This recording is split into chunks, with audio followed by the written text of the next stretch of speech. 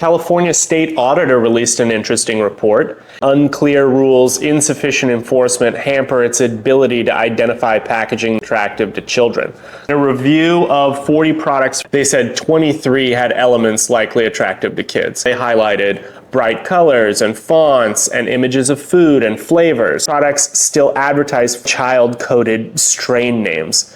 The auditor gives the example of cherry pie and lemon cherry gelato. They also highlight that beverages are a special risk, and here they're worried about milligram caps. They talk about the 100 milligram THC with no practical way of measuring a 10 milligram serving. So, what does the auditor recommend? Primarily, legislation. There is not the statutory authority for the DCC, especially in a post-Chevron environment, to make all of these changes without a legislative mandate.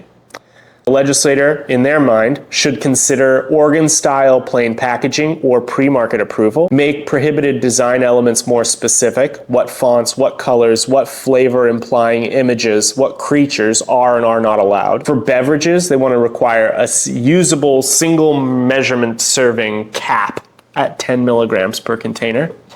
And they want to ban specific flavored inhaled products, restricting advertising of those flavors and restricting strain names attractive to kids. The DCC should, in their mind, publish a rubric by August 26th to standardize what it means to be attractive to children, as well as issuing a progressive discipline guideline by February of 26. The DCC had some responses here.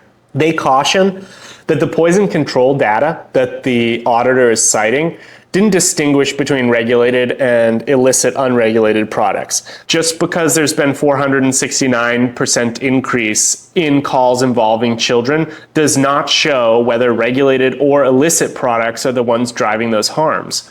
As we all know, California is still 50% unregulated for most of its in-state consumers. They argue that pre-market label approval at California scale would be burdensome. I really care about this point.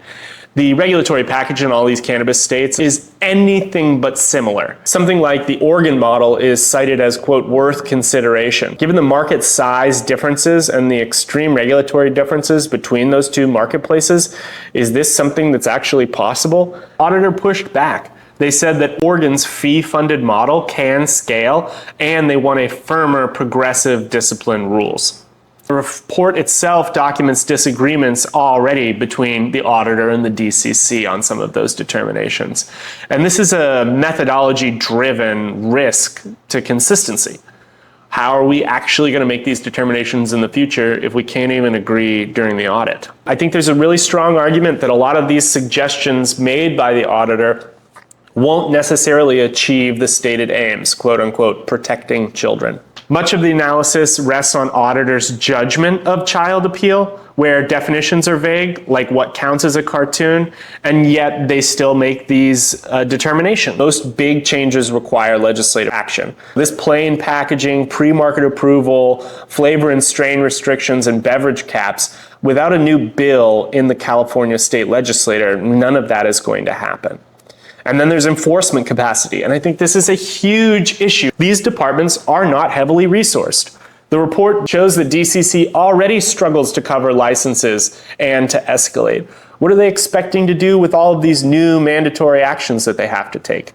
New rules with stronger, consistent enforcement frameworks and data systems just won't bite. Now, there's a measurement and taxonomy problem as well. Until there's a published rubric, tighter definitions in regulation like child appeal stay subjective.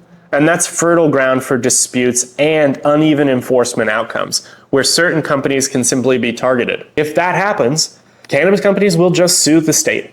Now you're asking for an already stretched department to deal with additional resource demands that I don't think they can actually handle. And then there's illicit market displacement, and I think this is the crux of the issue. The report's own record and DCC's response suggest a sizable illicit supply that is not constrained by these packaging restrictions.